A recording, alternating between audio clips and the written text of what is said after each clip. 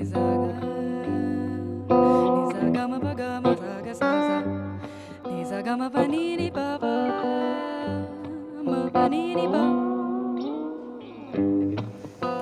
everybody, welcome to episode number 157, season 8. And I'm Cathy Holmes in for Matt Carter, who we're missing once again. Matt, you're missing a good show tonight, I'm telling you. Well, on today's show, we're featuring one of my favorite musicians. Shruti Ramani has created a sound that combines Indian romance with jazz. She's truly extraordinary, and what a magnificent sound. A gala fundraiser is coming our way, and Zach Tanner is going to explain what we can expect on February the 24th at Simon Holt from Hub City Cinema Society. Wisteria Community Association is back to celebrate almost a year of compassionate care in our community, serving stone soup every night to the homeless and to our low-income families. Steve Marshall Ford has a really big check and is going to give that presentation to Kerilie and tell us how their fundraiser has impacted John Barsby School. My colleague and dear friend Jane Vanette and I are going to discuss an upcoming medical cannabis conference we're having on March the 23rd. You'll be very interested to hear all about that. And Joanne is going to bring on, oh no, Joanne's not here. I'm sorry, Matt is going to be showing us the handsome Stitchery memory bears. I'm told that Kleenex will be in order for that.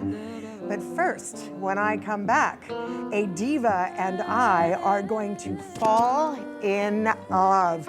Miss Ellen Q and I are going to drag our way into a beautiful love story. You are watching the show on Shaw.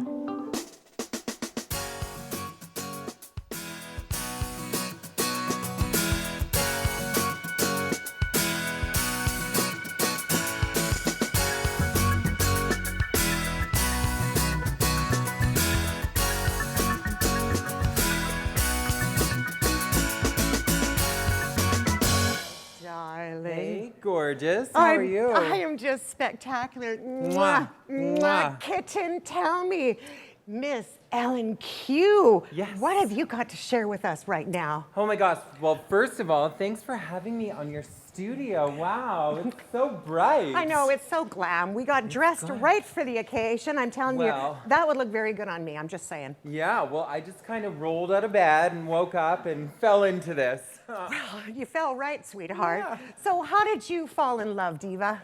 Well, you know, I moved to the island recently, and you know, I'm actually a farmer. People don't think about drag queens as farmers, but I have a farm on the island here. What do you shoot? Well, what do I shoot? I mean, what do I shoot? You don't shoot anything. Well, what do you I'm farm? wearing some fur. Well, you know what happened was all of a sudden, I'm sorry, but I lost my track because we have a microphone We now. have a microphone that's, sorry, honey. It's all good. Yeah, well, I'm a farmer, so I have a farm here on Vancouver Island, and I grow, I have an earring tree. Oh! Yes. Did you grow these? I grew these from my earring tree, yeah. Oh, perfect. And I have a shoe patch, a high heel shoe patch. Are those shoes you're wearing? These are shoes from my shoe patch, oh, my. And I've got a wig vine. Yeah, this I actually grew. This is from Vancouver Island, from my wig vine. Yeah, and you don't find the humidity does something to those wigs? Oh, it works wonders. It's fabulous. Yeah, right? yeah, it does great things for curls. And so it was while I was on my farm that, guess what? What? A gentleman showed up. A gentleman? Yes. A gentleman caller? A gentleman caller, and guess what? What? I fell in love. You fell in love. I fell in love, and I just thought I needed to share it with the world. So what was it? Was it a twinkle in his eye? What was it? Well, it was a lot of things. So what I did is I wrote a play. You wrote a play? I wrote a play because I thought, well, I could go for coffee and tell people about it. I could, write a movie. And I thought, no, I love the stage because I'm a drag queen and drag queens love the stage. So I've written a play about a love story. A love story. Yeah. From a shoe farm. It started on a earring true farm. farm and an earring farm and all those and a things. wig farm and a You hair got it. farm. You got it. Oh my gosh. So tell us the plot. Tell us about the plot. love story. Yeah, so it's a true story because drag queens only tell the truth. Said no drag queen ever. Yeah, so the plot is a true love story. True in the true sense of the word, right? That's right. Like in the secrets. Secrets. So what kind of secrets? So what happened is this gentleman's truck broke down outside my farm, and he asked if he could use my hose. Yes. Your hose? My hose, yes, because he'd worked up quite a thirst trying to fix his truck. And, well, some things happened on the farm, and we fell in love. So what happens on the farm stays on the farm, though, right? Unless you come to the show. Unless you come to the show. So when's the show going to be? So the show is March 1st and 2nd at Harbor City Theater. But I understand that already one night is sold out. Oh my gosh, So we people- just got a report that there is only 10 tickets still available for March 1st. It's a hot ticket because Honey, you're a hot babe. That's why. Thank I mean, you. I'm getting all verklempt with the whole thought of it. right? Yeah. Yeah, so there are tickets still available for the second night, which is March 2nd. Tickets are available at Funk Your Fashion. My friends there are selling them. Or tickets are also available online at Eventbrite.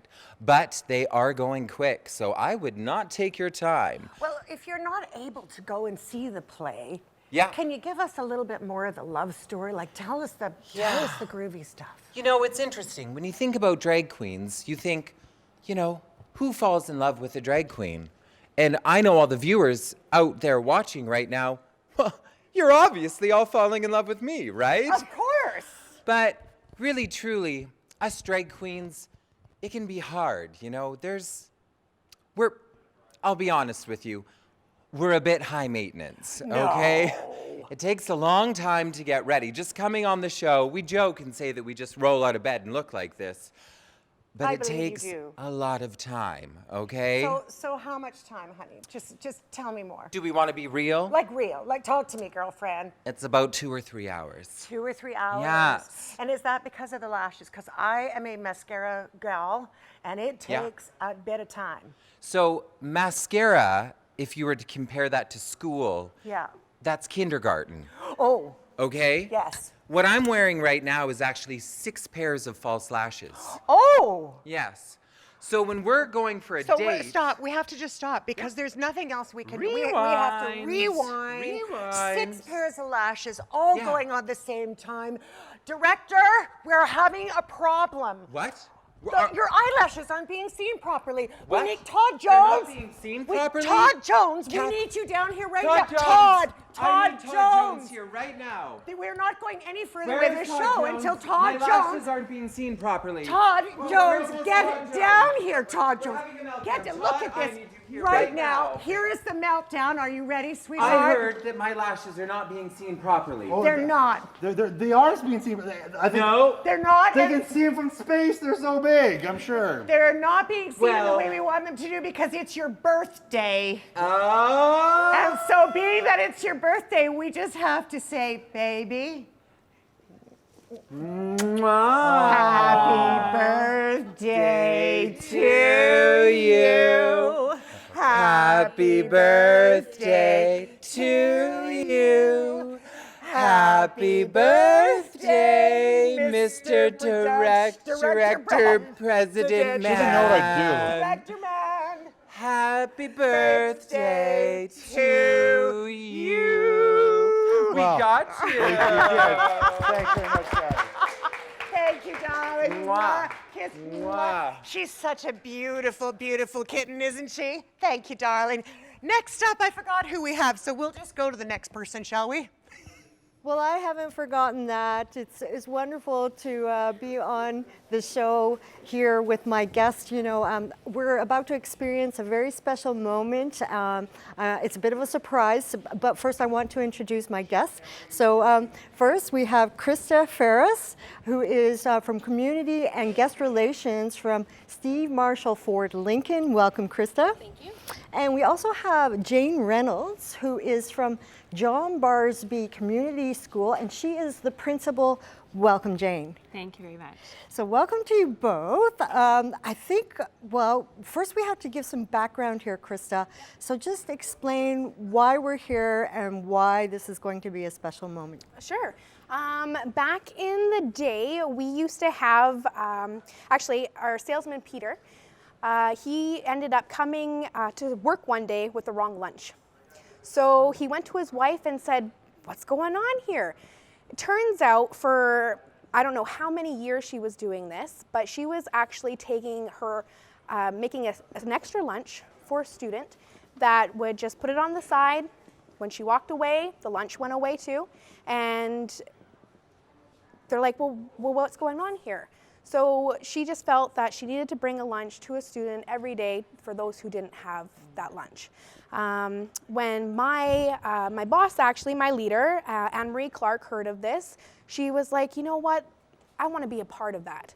So what she had done is she got involved with Peter's wife, who was a teacher at the time, and would give her money. Go and get these kids some lunch. Go and get these kids some jackets. Go and get these kids what they need and support them. That's all it was. And what ended up happening is other parents got involved, and you know, at the end of it, it was like, you're an angel, and hence the Angel Fund. So people can contribute and not have to worry about anything, but the kids get what they need. So that's what the Angel Fund is all about. Yes, exactly. Wonderful. That's absolutely wonderful. Now, this is a heartwarming story. Jane, do you know about how the Angel Fund has been used at your school? Tell me how it's been used in the past. So I did a little research being new to the job of principal at Barsby, and it's amazing the different things that fund has been used for.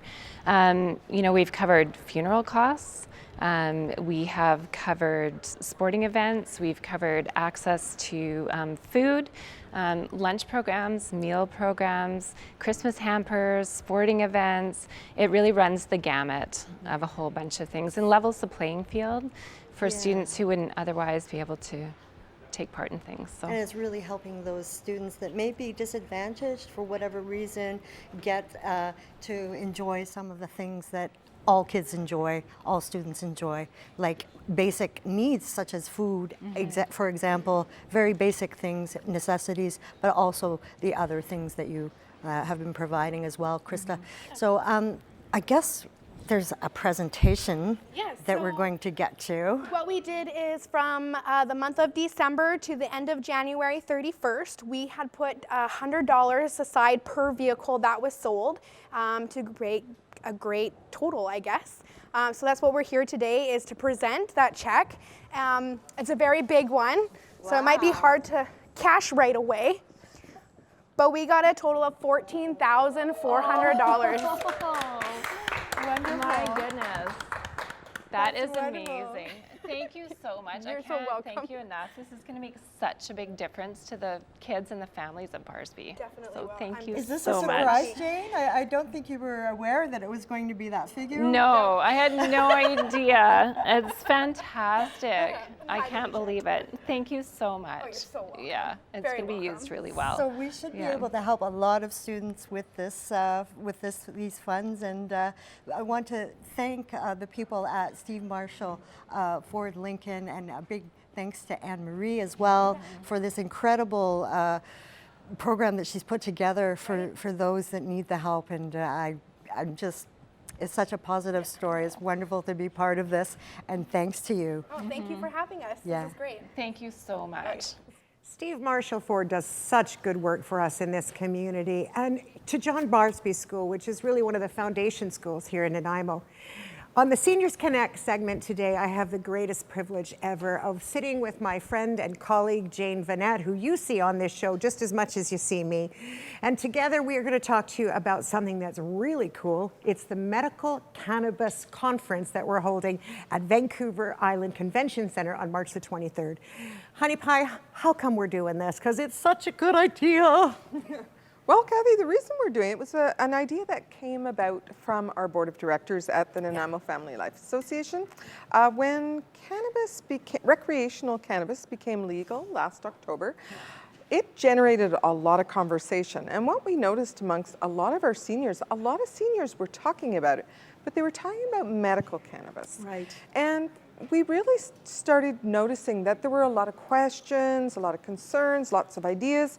And so we were looking to do a fundraiser for Nanaimo Family Life that would be an educational forum for our seniors. So lo and behold, the idea for the Medical Cannabis Conference for Older Adults was born.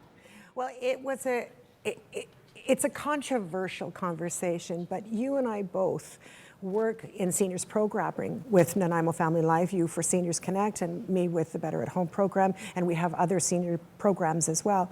And what we found is that a good number of the clients that we're working with are already using some form of medical cannabis. But there's a lot of curiosity about what to use, why to use it, where, what the legal ramifications are, all of that. So what's this conference going to teach the community? So what we did was we went out and we made sure that we brought sponsors on board who are industry experts. So our platinum sponsor is Tilray. Philippe Lucas, who's the Vice President of Global Patient Research and Access, will be doing a presentation on medical cannabis research, the past, the present, the future, because it is one of the things that people, it is still, it's been legal in Canada since 2001 to use medical cannabis. Now it's legal to use recreational cannabis, but there is still stigma associated with it. A lot of people don't understand, they don't know where to buy it, they don't know how to use it. So Philippe will be talking about that. We have the good fortune of having Dr. Robert Seeley. He is well recognized across the country. He's a medical doctor, but he also educates other medical doctors, pharmacists, on how to use and everything that has to do with medical cannabis. So he's going to be doing our keynote presentation, which is called Cannabis 101. So people will be able to come out, really get first-hand research and practical information. For example, I know a lot of people who don't know the difference between THC and CBD. Absolutely. Right? Yeah, People are worried about impairment. Oh, can I use medical cannabis and still drive? What kind of illnesses are being treated with medical cannabis? The two first presentations of the day will really focus on education and informing. And the second part of the afternoon is going to be lived experience. So what do we mean by lived experience? What's that? So what we felt was really important, when you want to destigmatize something, a lot of times when you can really identify with another individual, then you can look at it, when you see yourself, then you can get behind an idea and say, okay, well, maybe this is something I need to be educating myself about. Absolutely. And I'm talking about educating yourself from the standpoint of, don't go and use something that a friend gives you just because it worked for them. You wouldn't do that if they were giving you some other kind of medication. That's right. So make sure that when you go and you're doing this, you're taking a very proactive, educated position. You work with your medical team, everyone else, to make sure that you're doing something in the best way. The lived experience people, to come back around, will be there sharing how they got started using medical cannabis. And one of them has a fascinating story. Her name is Maria. I won't give you all the details, but she's a retired RCMP veteran who was wounded on duty, and she was someone who never, ever in her lifetime ever thought she would be someone who would be using medical cannabis. Her story is just fascinating. And I love the fact that Nanaimo Family Life is being so proactive from the educational point of view, because really this is a stigma that has, for a lot of people, been a concern. I know for myself, I'll be honest with you, I'm not comfortable with medical cannabis or cannabis at all. And I found that even this whole process has opened my eyes to see that there are some really important facets about it, and education is the key. So there's less of a uncomfortable situation when we know what we're talking about. So, One of the things that we're seeing too, so our secondary audience that we're targeting this to, Cathy, is people who work with older adults, people who may be caregivers, paid and unpaid, paid and unpaid in the community, people who work with doctors in the medical system, there's still a lot to be learned. I mean, it's not that, we've had a groundswell of information on how to use medical cannabis. So people will be able to come in the second half of the day, ask questions and get their questions answered.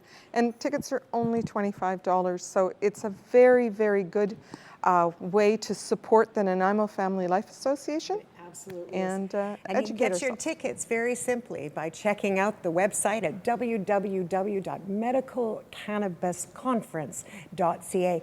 Or you can get your tickets at Nanaimo Family Life Association, at Ladysmith Resource Center, at the Duncan Volunteer Couch, and Volunteer Couch, and other locations across the board. Just check out the website and you'll find out more.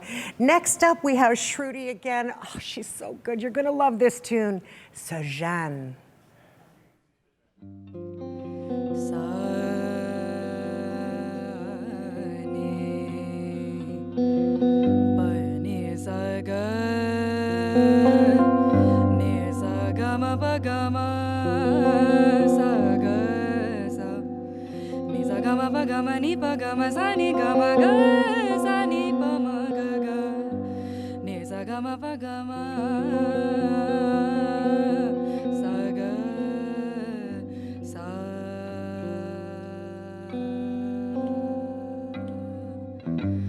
साजन मोरे घर आए, साजन मोरे घर आए,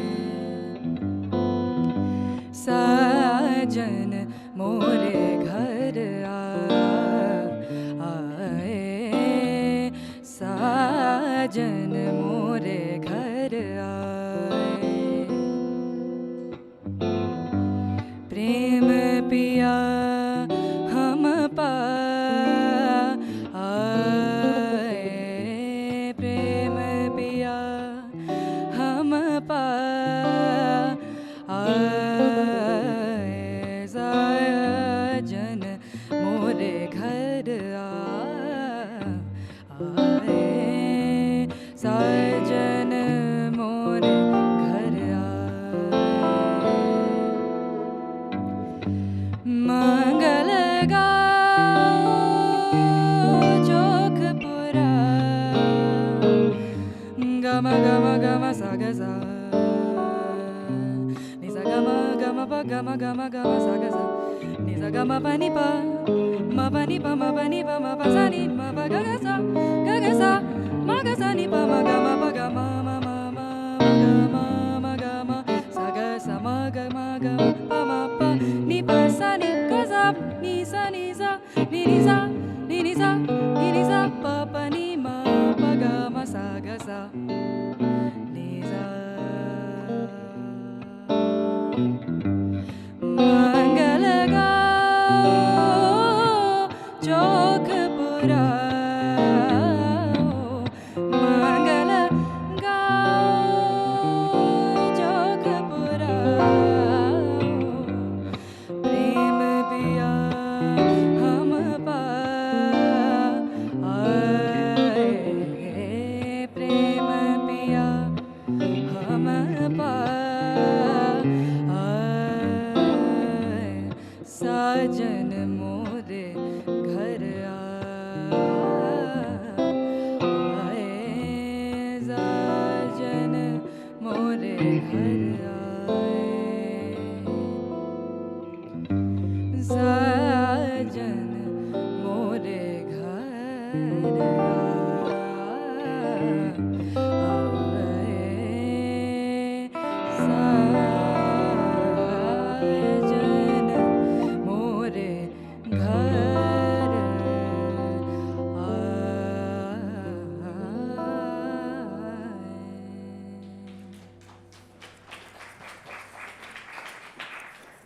Thank you, Shruti. I love that Eastern flavor. So the good book says that the poor will always be with us. And here in Nanaimo, we see a lot of evidence of that, the homeless people. We see the people that are real poverty, people that are suffering want. The good news, though, is that here in Nanaimo, there's a lot of compassionate people that spontaneously stand up and on their own initiative do something.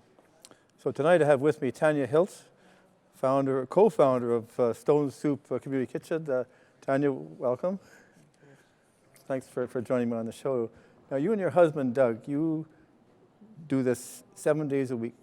Yes, From we 6 do. to 10 at night. You have your facility in what used to be called Nasty Alley, Yes. behind the Nickel Street Pawnbroker. And I understand that your community association changed that. Yes, we did. We came in a few years ago. We cleaned up the laneway first, and then we went in and formed ourselves and became an association. That we do 2 major dinners, Summer Fling and then Christmas on the Street. Stone Soup, just going on 1 year, March 10th was our 3rd idea, and it's going strong. I'm very proud of it. Who comes to your kitchen? Who are your clients? We have the homeless, we have the seniors, we have families, we have the working poor, low income coming nightly. We have 140 to 190 people through the doors at night. And everybody's welcome. It's not just for the homeless, it's for anybody that needs a good hot meal at night. Because that's your main meal to get you through the night, and it's been a long time coming for Nanaimo. You shared something with me, a little saying that there's, more soup, less crime. Yes. What does that mean? What do you mean by that? Okay, if you were in our area down through the area we live on Nickel Street, before we started Stone Soup, you would hear them out there at night crying, yelling, screaming. You don't hear that anymore. There's a sense of peace come within our community because they're being fed. They're full, they go look for somewhere to go to sleep for the night or go back to their camps. Before they were hungry, they were cold, and they were miserable. So now we provide like a living room for them at night because we do not say you have to finish your soup and leave. We encourage them to communicate with each other and with us. We enjoy having their company. And we give them dignity and we give them respect. A lot of people need that today. Except, I'm going to use an example. We have a young gentleman that drives for us, one of our homeless, just giving him that respect. He's changed so much in the last few weeks. I was in your kitchen. You were kind enough to let me in. I took some video footage, and we'll run it right now. We can just have a little look and what Stone Soup looks like from the inside. What was it like in the beginning? It's a lot different than now. Yeah. Yes. It was nice portable set up, like tents, but not like this. It's come a long ways. You like coming here? I do, very much so. How are the meals? Meals good? Very good. Like not just homeless, it's other people that don't have a lot of money coming in. They use and utilize other things like the Saajan and stuff like that and the 710 Club, but you have Stone Soup at night, like a lot of people come here. My name's Cameron Clark. Pleased to meet you. I have NATO and top secret clearance. I've worked on projects for our military.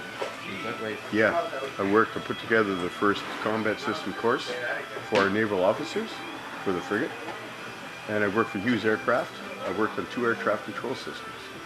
They used to get like anywhere in between like 200 and 400 people sometimes. That's a lot of people. In one night? On one night. The best part about working at Stone Soup is like the manners and the respect that these people here give to us. What inspired you to come and volunteer here at Stone Soup? Desiree? Really? What's the best part of Stone Soup for you? Company. Good company? Seeing Doug and Tanya and the dog. They're very nice people. They're warm and welcoming to all.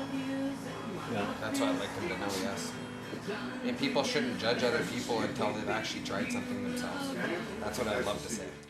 So, Tanya, it's obvious that you and Doug inspire a lot of people. We try. What is it? What have you got that inspires? You've got your donors, you've got your clients who obviously love you, you've got these corporate sponsors, volunteers, people that they dropped off some produce when I was there. What's the secret? What the secret is, we strive to bring community back together. It's something that's been lost for a long, long time. And you give people respect, you give them love, they return it to you. And Doug and I both have the motto, you know, you need help, we'll try to help you in the best way we can. That phrase, love and respect, that sounds like it's key, a key attitude. Yeah, I saw that, and the people say that, and well, all I could say is great work, congratulations, keep it up. You guys are an inspiration. Thank you. And thank you very much for coming on the show and sharing that with us, Tanya. So I'm going to show it over from here. I'm going to throw it to Cathy Holmes, who's going to interview Shruti Ramani. Hi, I'm Matt Carter, and I usually do this interview. So I'm going to turn it over to Cathy, because she knows Shruti. Hi, Shruti. Sorry about that. Matt actually almost always does the musical conversations, and so it's. Looks so attractive. I know he's a hottie, hey? He does the Mexican, you know, and your sound isn't quite Mexican. It's more. Oh, it's very Indian classical. Very Indian classical. Yes. Very. I fell in love with your music a couple of years ago. I know I talked about it a little bit earlier, and when we were sitting at a friend's house, actually, at a concert. We met at a party. We met at a party. Cool chicks always meet at parties. Yes, I'm just saying. True. That's musical true. gatherings. Musical gatherings where we can come together in an intimate setting and just listen to great music. And how I fell in love with you is you sang Hallelujah, which my prayer is that we can't share it unfortunately today because it's a copyrighted song, but if before you leave today, if you could share that with all of us, I would be just so thrilled. Sure, and for those of you who are going to follow you, you have to follow on YouTube, right? Yes. So Shruti, how did you get involved in music? My dad is an avid musician himself. He would play around the house. He never got the opportunity to make it his career. Yeah. So I guess when I was 2, I was already like messing around with his instruments and stuff. So they were really supportive parents. My parents are amazing, hands down the best. Yeah. And they've been supportive throughout my journey, and they've like I am what I am because of them right now. And yeah, my dad always kept buying me instruments, would play the flute around me. Like I would sit on his lap while he plays the keyboard and stuff like that. And that's where it started. And I was doing Indian music. I hadn't heard any Western music ever. Yes. Until I turned about 16 or so is the first time I'd heard an English song, and I was like, whoa, this is crazy. This is North and South poles, but both beautiful. Yes. And something made me just come here, want to learn what it. Well, and you're predominantly a soloist. You don't traditionally play with other people, but today we have a well-known guest to our stage, Astrid, Lyre. I hope I'm pronouncing that properly. And tell us about how you two connected today. It's funny. Nobody's gonna believe this because of how amazing she is and how quickly she catches on, and her musicality is amazing. Mm-hmm. I had some musicians bail on me. Some other friends were supposed to play with me today, actually, and snooze, they lose because I mean, it's my gain. Like it's their loss. Yeah. It's my gain because she showed up, and we met 30 minutes before the studio call time. Like we just met, and she literally saved my life right now because we practiced it once. She got all of it, and that's how talented she is. I advise everyone to check her out. That's fantastic. Yes. Well, I'm glad that you were able to make it happen. So when we think about your music, we talked about it being there's that Indian jazz kind of thing, yes. and you've taken that sound to create your very own niche. Yeah, you could say that. I'm starting to call it the Indian or Indo jazz kind of feel. Mm-hmm. But I do I've been taking really old 1,000-year-old compositions that belong to the Indian classical tradition. Wow. And I want to come halfway, like I want people like to listen to the new sound, but like also have means to listen to it. So I have arranged it in like familiar harmonies that would, and you kind of help transition into listening to other world music that people are. Absolutely. And you only came here like a year and a half ago, 2 years ago. You're studying at the university. Yeah, it's 2 now. I'm pretty. So tell me about your Nanaimo music life. How's it going for you out there? Well, school doesn't let me get out of school. That's right. It's school. I've been a very shy person. I would write music, but I would never have anyone play on it or let anyone hear it for that matter. Yeah. And I guess meeting people here and playing with them has actually inspired me to write arrangements. Like playing with her today was absolute pleasure, and this is like more motivation to write more music and like hope that. Also, I need to jump, another call out for the things that you've done as we're getting ready to listen to another one of your tunes, and that you came and stepped up to my plate one day when we were doing the call to action for the Me Too movement and sang, what was our song called again? I can't keep quiet. I can't keep quiet. That's the one. And it was quite the empowering song. So thank you for that. Thanks for being on our stage. Darling, I always know that when you're around, we're standing by. So the transition is you singing, I Believe, Standing By. Thank you.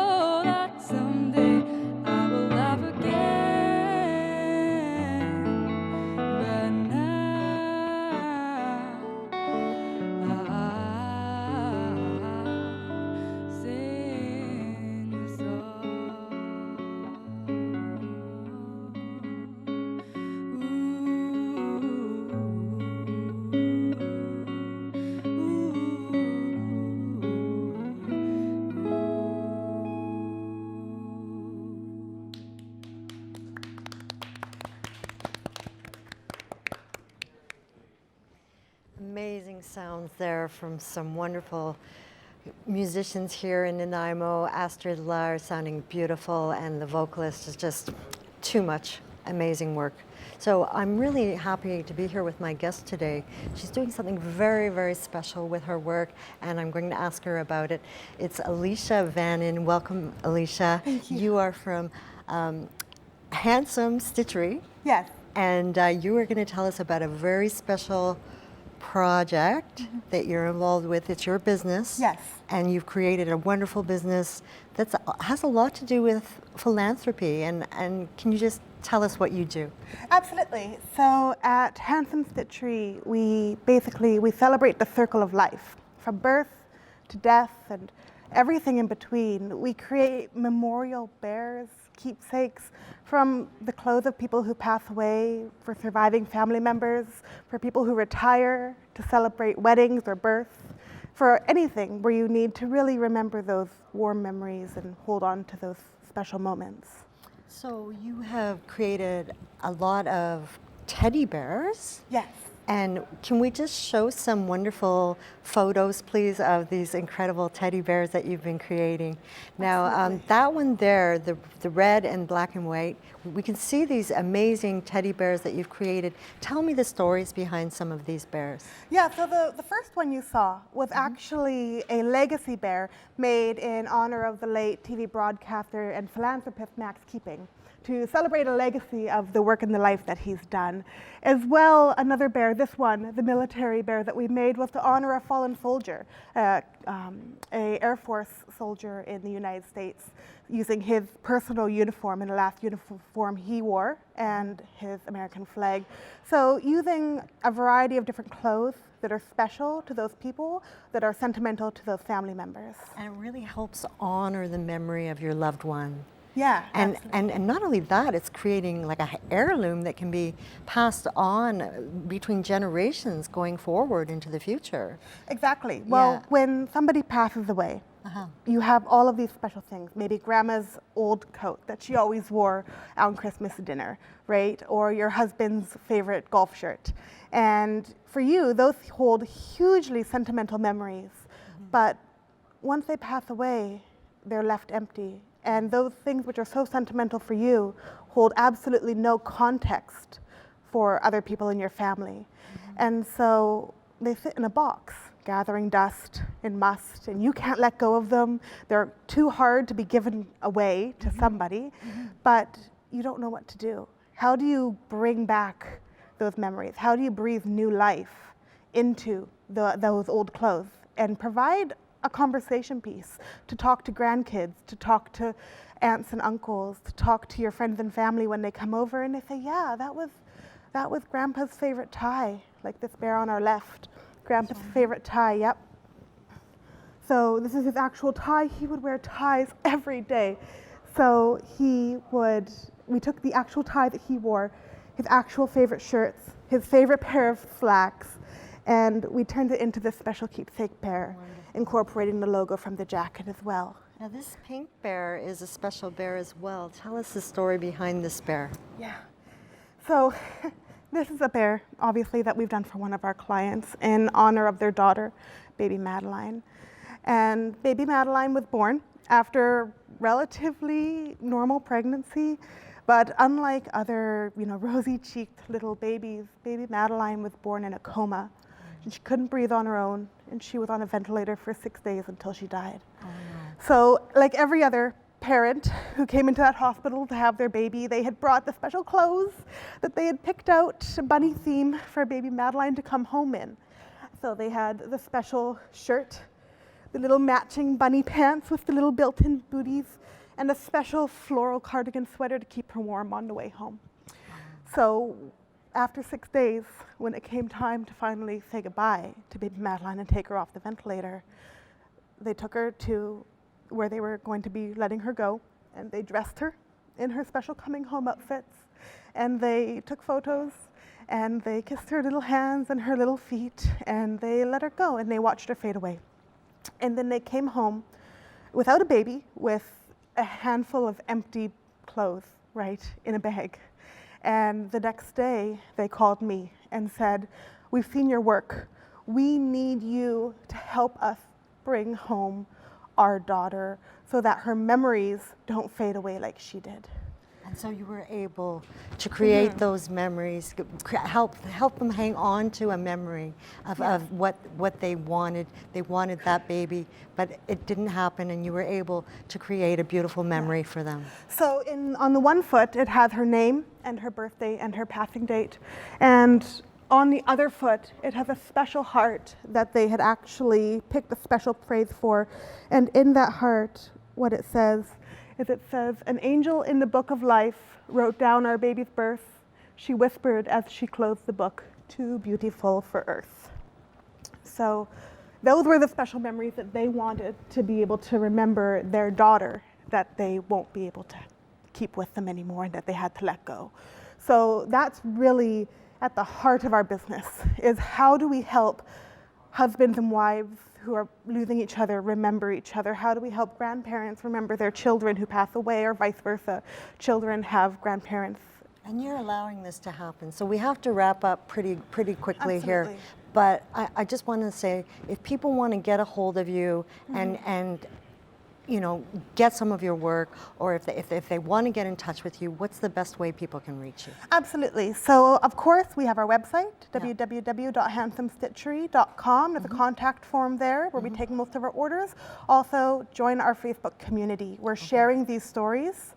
We're reaching out. We're offering grief support resources. Well, thank you so much for joining us today, Alicia. This is such a wonderful business. It's so important for people to be able to hang on to their memories, and I thank you so much for joining us today. Wonderful, thank you.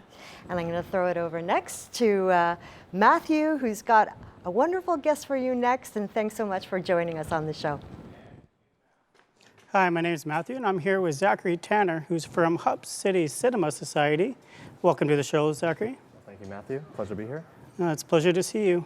So, Zachary, could you tell us, when did Hub City Cinema begin? We officially began as a nonprofit organization in 2013. Now, there's a bit of a backstory. You know, we started in 2012. I created a Facebook group. It's just like, and then people started joining that, and then we started meeting up for coffee. And it was in November that we had a special guest. He's a filmmaker, Greg Jess from Calgary, who he found out about us, just Google or something, and said, wow, it's cool to see there's filmmakers in Nanaimo. This is my hometown. I'd like to meet up with you guys and see what we can do to sort of maybe get things going a little more. So we met up with him, and then we had 5 people, then became 15 people, because that was really exciting.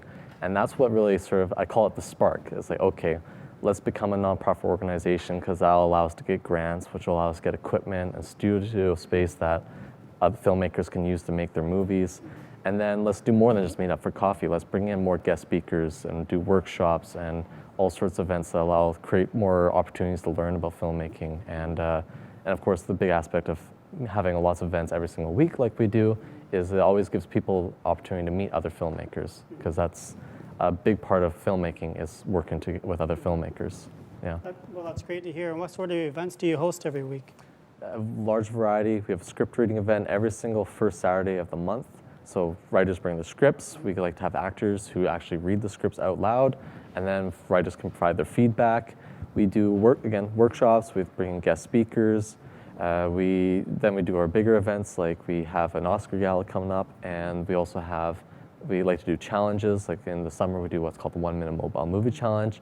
And then our big event of the year is we have a 2-day film festival, which we call Hub City Cinefest. These are films from Vancouver Island, 2 nights, and yeah, it's all about celebrating sort of the best work of our filmmakers from the past year. That's great. And what sort of people join Hub City Cinema? Like, do people, like new people or experienced people? All levels of experience. Like, there's definitely a lot of newbies who've never really touched a camera before, but they're very curious. But then it's also really awesome when we get someone who's like actually part of the film industry. And he comes in with all this knowledge, and he's like, yeah, let's teach people and share it. Who's very open to sharing. And it's really cool. My favorite experience is, another event I didn't mention is called a film jam. So here's a time and a place, 6 hours to make a movie. Whoever wants to come out, whether you're very experienced or not, first time, doesn't matter, come on out. And what's really cool for me was one experience where we did a film jam, and I was I had my camera, but I was like, I don't want to do camera today. So here, Robert, I'm going to let you use my camera. And so I showed him how to use it. And then he picked it up really quickly. And then soon, like a half hour later, there's a 14-year-old boy who he was then teaching how to use the camera to this 14-year-old boy who had never used the camera. So it's like, that was for me a very special moment. And like that's this sharing of knowledge that I really like seeing. That's amazing. I'm happy to hear that we have those sort of things in our community, right? I know you just touched on the Oscar Gala. Can you tell us more about that? Yeah, so the Oscars, as any film lover knows, is sort of the biggest night of the year for movies. They give the awards to the best films of the year. Whether you actually believe those are the ones who, that's a different story. But you know, it's just a really great night for filmmakers to get together, even if we're, debate which movies are going to win. And it's just a really great night, and we do it as a fundraiser. As a society, we do have a lot of expenses of our studio, marketing, so this helps the society be able to do all the different things we do to support filmmakers. That's great. I'm happy to hear that even the Oscars are getting the recognition, right? In our community. Like when it comes to like making films, what sort of tips can you provide people? Well, I think anyone can make a movie nowadays, right? It's so easy. It's like even just, this phone I have, has a camera that's better than what I was using back when I was a teenager. So anyone can make a movie nowadays. There's no technical hurdles, but the thing that you need to learn is the craft of filmmaking, and having people to help you make movies together with really helps. So again, that's why the society is here to provide networking and people and educational opportunities. And then again, the internet's also a really great resource as well. Certainly, lots of information that you provided today. I know as someone that's really interested in film myself, right? I think it's great what you're doing in our community. If people want to join Hub City Cinema Society, how can they? Well, go on our website, hubcitycinema.ca. We have a membership page. You can sign up for a membership right there. And then just come to our events. It's like that's the best way to get involved and meet other filmmakers. You don't even need to be a member. Just come on out. All our events are on our website. We're also on social media, Instagram, Facebook, big on Facebook. And yeah, just come on out. Sounds great. Well, it was great having you on the show. It was great talking with you. And I do want to throw it over to Cathy. Well, Matt, it's been quite a show, don't you think? Yeah, I think it's been really, really good. And the diva was pretty fantastic. I even got to wear my diva pants, which, by the way, I never ever wear for anybody, but a diva pant and diva shoes to boot. Listen, we want to thank you guys all for tuning in. Today was a pretty cool show, don't you think?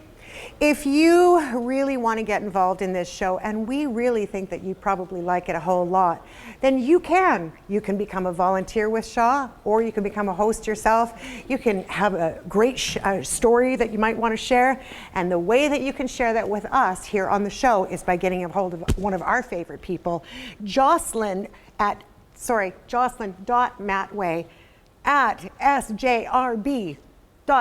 And I had to read that because sometimes I'm just really bad on names and people know that, so that's the way it is. Listen, again, we're so glad that you tuned in. We hope that you'll tune in next time as we're going out. I hope that you will enjoy once again one of my favorite musicians. Shruti is going to play again, Saavariya. I think I need a new mouth. I'm having a hot flash.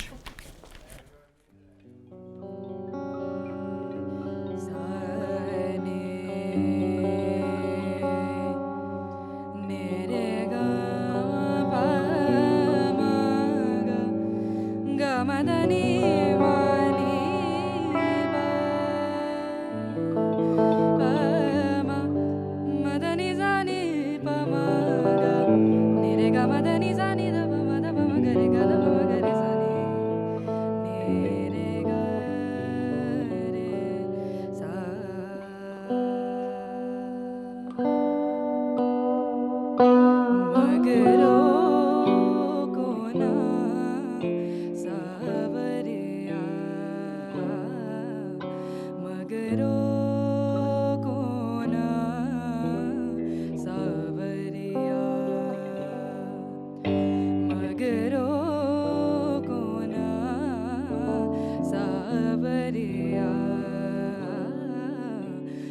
मगरो कोना सावरिया शीश लिए हूँ मैं शीश लिए हूँ मैं शीश लिए हूँ मैं गागरिया शीश लिए हूँ मैं गागरिया मगरो कोना सावरिया मगरो कोना सावरिया जाने मेरे गमदनी जाने निरे गरे गरे गरे गरे मगरे जाने रे जाने दा पमा मगरे गमदनी मदनी दा पमा गरे गदा पमा गरे सा बिनती करूं मैं बिनती करूं मैं बिनती करूं मैं पढ़ो तोरी पैया जाने दे मोहने चरमदी भैया छेड़ोना छेड़ोना छेड़ोना छेड़ोना बांसुरिया